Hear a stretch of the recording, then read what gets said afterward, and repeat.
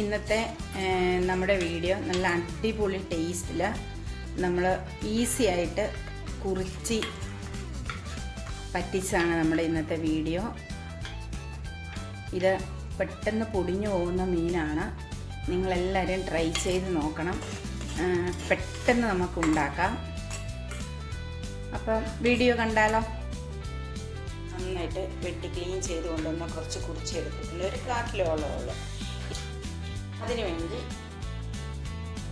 തേങ്ങ, മഞ്ഞൾപ്പൊടി, കറിവേപ്പില, പച്ചമുളക് ഒരു 10 എണ്ണത്തോളം ഉണ്ട്. ഉപ്പ്, സവോള അല്ലെങ്കിൽ ഉള്ളി എടുക്കാം.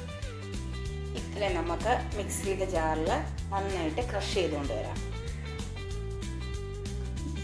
അരപ്പ് ക്രഷ് ചെയ്തുകൊണ്ട് വന്നിട്ടുണ്ട്.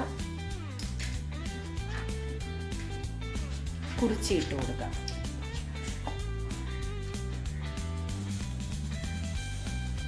അതിലേക്ക്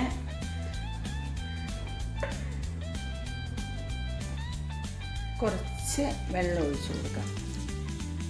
ഈ സമയത്ത് ഒരു കുഞ്ഞു കഷ്ണം പുളിയ നമുക്ക് ചെറുതായിട്ട് പിച്ചിയിട്ട് അത് അവിടെ ഇട്ട് കൊടുക്കാം. ഇനി നമുക്ക് മൂടി വെച്ച് ഒരു 5 മിനിറ്റ്, കുറിച്ചി ആയതുകൊണ്ട് പെട്ടെന്ന് വെക്കും, ഒരു 5 മിനിറ്റ് വെയിറ്റ് ചെയ്യാം.